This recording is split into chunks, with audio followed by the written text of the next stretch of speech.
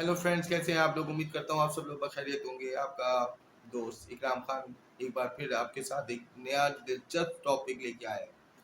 अच्छा देखिए, आज जो मैं डिस्कस करूंगा उस टॉपिक का नाम है पीएलसी यानी product life cycle. Product life cycle क्या चीज़ होती है, इसको समझने की बात करेंगे।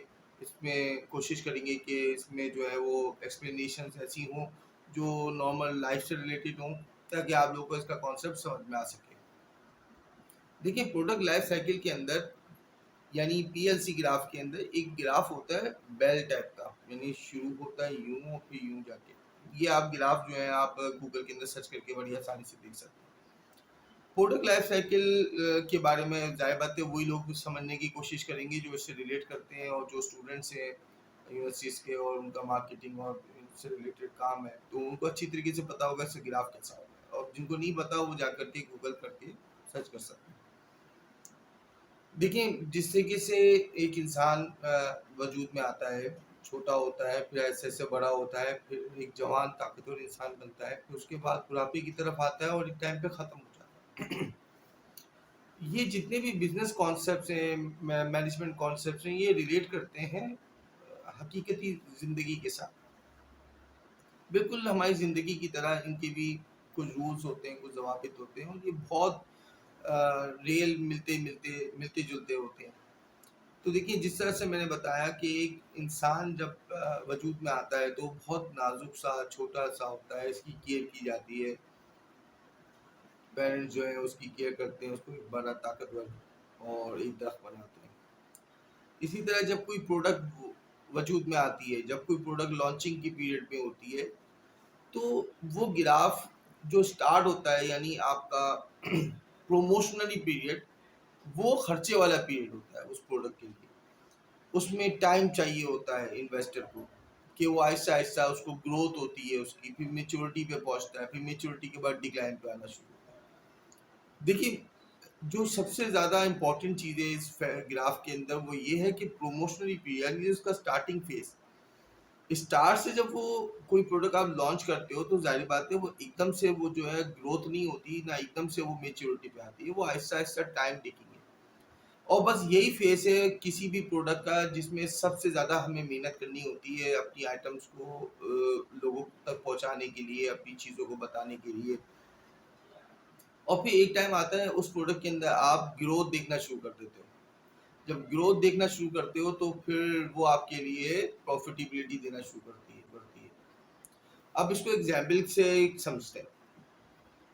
समझिए कि आपकी मोबाइल फ़ोन की सिम्स, सेलुलर सिम्स आती हैं मार्केट में। एक टाइम जब आया था तो सेल्युलर सिम के साथ एक हमारे पास लाइन वाला नेटवर्क भी मौजूद था, जो उस वक्त के साथी हैं उनको अच्छी तरह पता होगा। तो जब वो लाइन वाला था नेटवर्क, तो उसके साथ ही जब ये जीएसएम नेटवर्क आपकी सेल्युलर सिम शुरू हुई थी, तो वो सिम के मुकाबले में लाइन ही ज़्यादा प्रीफरेबल थी और लाइन वाले मोबाइल ही लोग लेते थे। फिर ऐसा ऐसा लोगों के सोच चेंज होने लगी, उनको आसानी इसमें महसूस होने लगी, और फिर नेटवर्क आपका एडवांस होता गया, टेक्नोलॉजिकल चेंजेस आती गई। जब चेंजेस आती गई तो वो जो है वो आपकी ग्रोथ लेवल उसका बढ़ गया और आज वो मैच्योरिटी लेवल पे है। सही। अब इसका डिक्लाइन कब आएगा आई डोंट नो। जब हो सकता है कोई और नई टेक्नोलॉजी चेंज हो जाए तो हो सकता है कि ये भी चीज़ खत्म हो जाए। लेकिन इसके अंदर इम्प्रूवमेंट डेली बेसिस में आ रही है। टेक्नोलॉजी सेम है, तो आहिस्ता-आहिस्ता ये चीज़ें चेंज होना शुरू हो जाती हैं, आहिस्ता-आहिस्ता बेहतरी की तरफ आने लग जाती हैं, लेकिन किसी न किसी चीज़ का उस वक़्त इख्तिताम तो होना होता है। आप एग्ज़ाम्पल लें दूसरी और चीज़ों की, ये पीएलसी जो है वो एक फ़ास्ट मूविंग कंज़्यूमर गुड्स के अंदर तो इम्प्लीमेंट होता है, लेकिन जो बेसिक नेसेसिटीज़ हैं उसके अंदर शायद कहीं-कहीं इम्प्लीमेंट ना होता हो। कुछ ऐसी चीज़ें हैं जिनके अंदर ये इम्प्लीमेंट नहीं होता। मैं बचपन से एक पैरासिटामोल की गोली देखता आ रहा हूँ, टैबलेट, और वो टैबलेट जो है वो आज तक वैसी ही मैच्योरिटी लेवल पे है, और उसके इतने कॉम्पिटिटर आए लेकिन वो डिक्लाइन की फेज़ पे अभी तक नहीं गए। ये पाकिस्तान में रहने वाले तमाम साथी जानते होंगे कि मैं किस चीज़ के बारे में कह रहा हूँ। इसी तरह बहुत सारी मेडिसिन्स हैं ऐसी जो मैं देखता हूँ कि स्टिल उसी मैच्योरिटी लेवल पे है और वो अभी तक चेंज नहीं हुई। बहुत सुने तो अपना आर्ट वर्क तक चेंज नहीं किया। अगर मैं एक बच्चों की ये प्रोडक्ट है नौनिहाल ग्राय वाटर के बारे में बात करूँ, तो ये मैं अपने बचपन से मेरे वालिदैन इस्तेमाल करते होंगे, और मैंने जब होश सँभाला, तो जब से जिस शेप में, जिस आर्टवर्क में मैंने देखा है इसको, ये स्टिल अभी तक हुई है, बस उन्होंने ग्लास बॉटल चेंज करके प्लास्टिक बॉटल कर दिया है। स्टिल वो मैच्योर है। मैंने रूह अफ़ज़ा एक शरबत आता है, वो मैंने देखा, और रूह अफ़ज़ा जो है वो मैं अपने बचपन से देख रहा हूँ, वो स्टिल मैच्योरिटी लेवल पे है। उस जैसा शरबत या तो है नहीं, या लोग लेना नहीं चाहते। है तो बहुत सारे, लेकिन लोग लेना नहीं चाहते। मल्टीपल प्रोडक्ट्स, जैसे मैं बचपन से एक बटर मार्जरीन है ब्लू बैंड के नाम से। सॉरी, मैं ये ब्रांड्स के नाम ले रहा हूँ, लेकिन आप लोगों को समझाने की बात है कि ये आप लोगों को समझ में आ सके। अब आप ये देखिए कि ये चीज़ें स्टिल अभी तक वैसी की वैसी हैं, ये कहीं डिक्लाइन में नहीं जा रही। देखिए, ज़रूरी नहीं है कि कोई चीज़ जो हो वो मैच्योरिटी पे आकर डायरेक्ट डिक्लाइन पे ना जाए, वो हल्के-हल्के जाती है डिक्लाइन में। कोई भी चीज़ डिक्लाइन पे हल्के-हल्के जाती है, लेकिन ज़रूरी नहीं है ऐसा। कुछ चीज़ें बहुत ग्रोथ पे जाती हैं, एकदम से नीचे आती हैं। पीएलसी हमें ये बताता है कि जब आपकी प्रोडक्ट ग्रोथ लेवल की ऊंचाइयों पे पहुंच रही हो, तो आपको चाहिए कि आप अपना सेकंड वे, यानी आप अपना सेकंड एसक्यू ऐसा तैयार कर दें जो उस वक्त दूसरे प्रोडक्ट के मुकाबले में इंट्रोडक्टरी फेज में हो। और जब वो इंट्रोडक्टरी फेज में होगा, तो जब तक उसकी तो ग्रोथ है, आपको तो मतलब मुनाफा मिल ही रहा है ना, आपका तो कहीं कुछ नुकसान नहीं हो रहा। आपने एक और प्रोडक्ट अपनी साइट पे लॉन्च किया, अगर वो हिट हो जाती है, वो भी मैच्योरिटी लेवल पे आने लग जाती है, वो भी ग्रोथ लेवल अपना अचीव करने लग जाती है, तो क्या होगा कि अगर आपकी फर्स्ट प्रोडक्ट डिक्लाइन पे जाती है, तो आपकी सेकंड प्रोडक्ट तैयार है।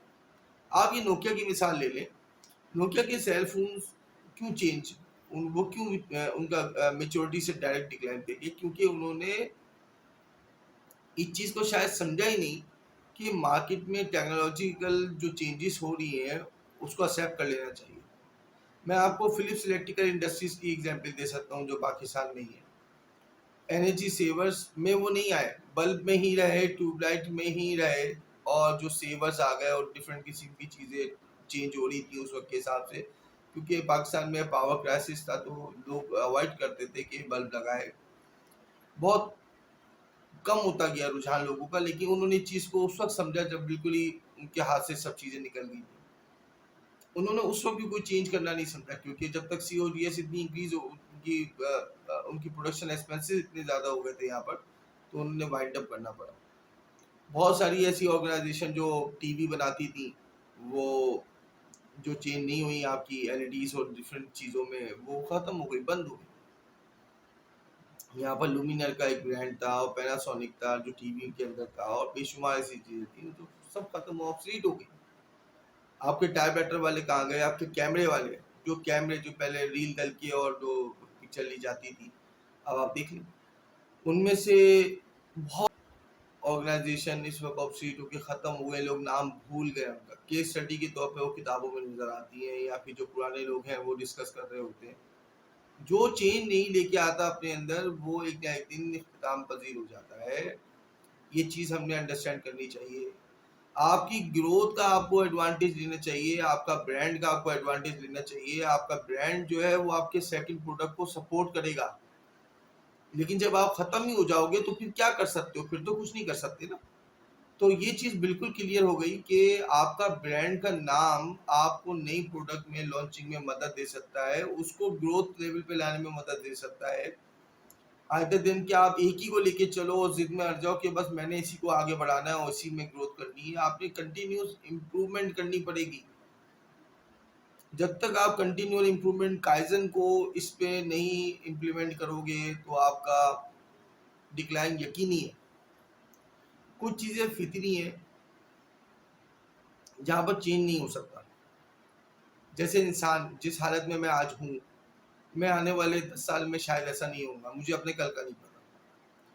लेकिन हम अपनी बाय प्रोडक्ट, अपने बच्चे जो है वो तो इंट्रोडक्टरी फेज में दे देते हैं ना।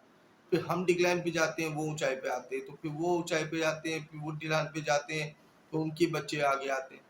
तो ये एक सिस्टम है, एक नेचर का सिस्टम है। बिल्कुल मैंने जैसा आपको बताया कि ये और ज़िंदगी हमारी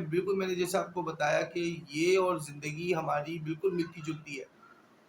तो प्रोडक्ट लाइफ साइकिल बिल्कुल इंसान की लाइफ साइकिल है। जैसा इंसान एक वक़्त में डिक्लाइन पे जाता है, इसी तरह प्रोडक्ट भी डिक्लाइन पे जाती है, और अक्लमंद ऑर्गेनाइज़ेशन और लोग वही होते हैं जो अपनी ऊँचाई में अपनी दूसरी चीज़ को इनपुट दे देते हैं। आज का टॉपिक इसी बात पे ख़त्म करता हूँ कि अगर आपने अपने आप के अंदर चेंजेस लेके नहीं आए और अपने वक़्त के साथ अपने आप को तब्दील नहीं किया, अपनी सोच को, अपनी चीज़ों को, तो प्रोडक्ट के साथ-साथ इंसान भी कुछ इसी तरीके से डिक्लाइन पे चला जाता है। और इंसान जो है, अल्लाह ने उसको अकल दी है, शऊर दिया है, वो जिस ऑर्गेनाइज़ेशन में बैठा हुआ है, जो बिज़नेस चला रहा है और जो बिज़नेस के लिए जो दिमाग बैठे हुए हैं, उनको ये सोचना है कि अपनी चीज़ों को एनालाइज़ करते हुए कि कौन सी चीज़ उनकी बूस्ट होगी और कब तक बूस्ट होगी, हमने क्या चीज़ नई इनपुट करनी है, क्या चीज़ को कब लॉन्च करना है, उसके एक्सपेंसेस कितने होने चाहिए। देखिए, जब आपका पास रेवेन्यू जनरेट हो रहा होता है ना एक प्रोडक्ट से, तो आप नई प्रोडक्ट के अंदर वो पैसा थोड़ा बहुत लगाते हो ना, और नुकसान भी होता है, तो आपको इतना दुख नहीं होता। लेकिन जब आपके पास पैसा ही नहीं हो और एक नई प्रोडक्ट पे आप जान मारो दोबारा से तबाह होने के बाद, तो फिर वो आपके लिए बहुत मुश्किल हो जाता है। तो अपने वक़्त को ज़ाया नहीं कीजिए, अपनी ज़िंदगी को ज़ाया ना कीजिए, और आज से जो है वो सोचें कि हम मज़ीद क्या चेंज कर सकते हैं अपनी लाइफ़ के अंदर, जिस तरह से हमें पीएलसी बता रहा है। आई होप आज का टॉपिक आपको इंटरेस्टिंग लगा होगा। अपना बहुत ख्याल रखिएगा। लाइक और सब्सक्राइब